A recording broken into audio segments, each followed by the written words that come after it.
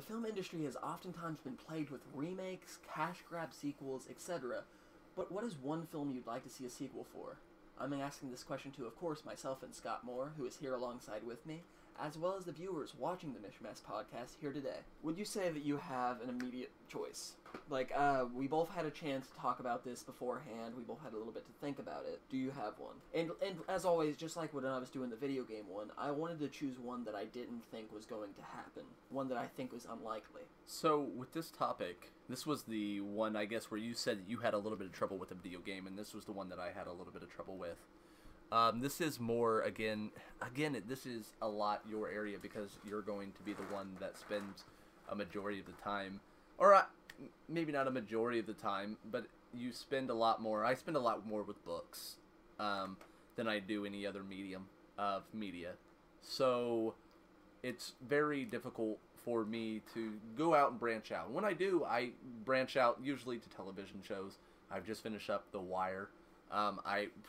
Before that, I was watching, Avatar: The Last Airbender, and I kind of jump around like that. So to pick a movie that has to have a sequel is, I don't know, kind of difficult for me because I think that the movies that I really like have already finished, and I don't want to see a Fight Club 2.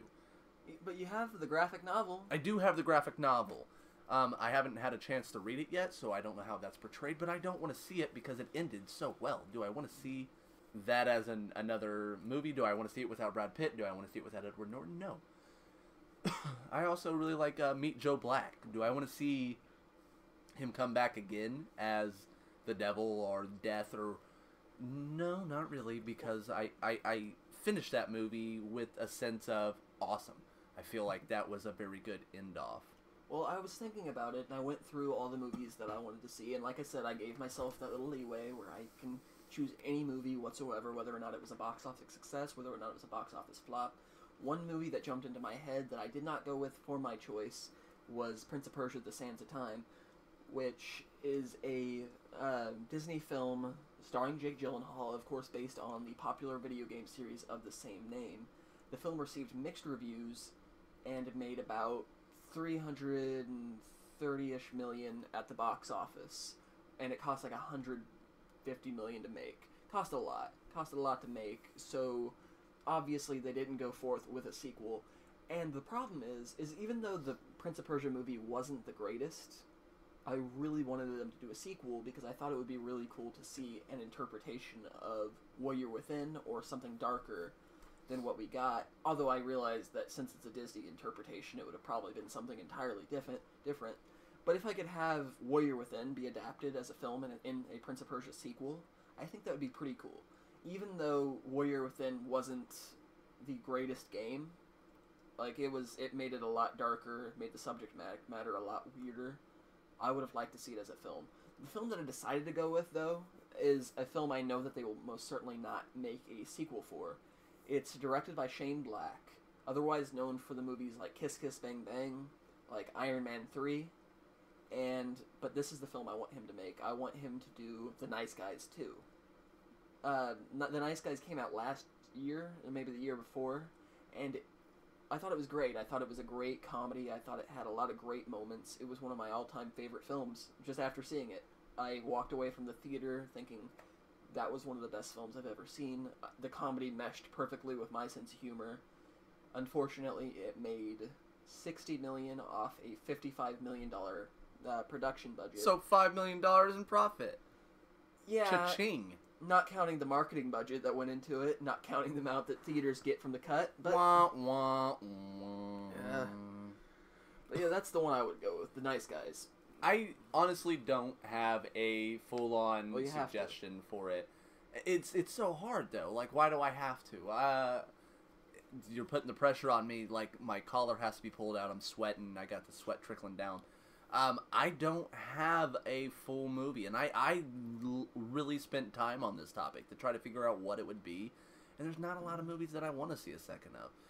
A Big Fish was one of my favorite movies. I don't want to see it. I don't need a second one. There's just not a lot. Yeah, but like if I brought it up, like a series you'd like to see another entry to. A series that I'd like to see another entry into? Because that counts too. It's a sequel. Yeah, it's kind of a sequel. I mean, there's not really a lot. I'm trying to think of one, and on the spot, I really can't. There's just nothing coming to my head whenever I think about this topic. And whenever this topic is being presented to me earlier, I said, okay, I'll jump on it and I'll figure something out. And then I went through and I started thinking of all my favorite movies. And I didn't assist with using Google, but I went through all my favorite movies, like American History X, doesn't need a sequel. Fight Club, doesn't need a sequel. Big Fish, doesn't need a sequel. Meet Joe Black, does not need a sequel. 7 Years in Tibet, does not need a sequel. Troy, does not need a sequel. I'm thinking about all these movies, and I'm like, well, what needs a sequel? And the only ones that I thought of were like Harry Potter. Well, it's got all its sequels. It doesn't need any more sequels. The sequels that are coming out for it are not in any way pertaining to the magical wizard boy. It's a totally different franchise that is just piggybacking off of the Harry Potter name. And then we've had discussions before. I don't think Lord of the Rings needs another movie. I don't think it needs any other movie. I don't think it needs another adaptation or anything like that. If we did something that needed remade, I mean, I could say like the Percy Jackson series, which is really weird because it's like a young adult book, but I really liked the book, and I think that it could be readapted and have a whole better, concept. I would also like to see the Chronicles of Narnia done better. That would have been really good. So I can think of movies that I want remade, but I can't think of movies that I really, really need. Well, okay, I'll give you the out. What would be the movie you had remade? If you had to just choose one. Just choose one movie to be remade. I'm going to say The Chronicles of the Narnia, Voyage of the Dawn Treader.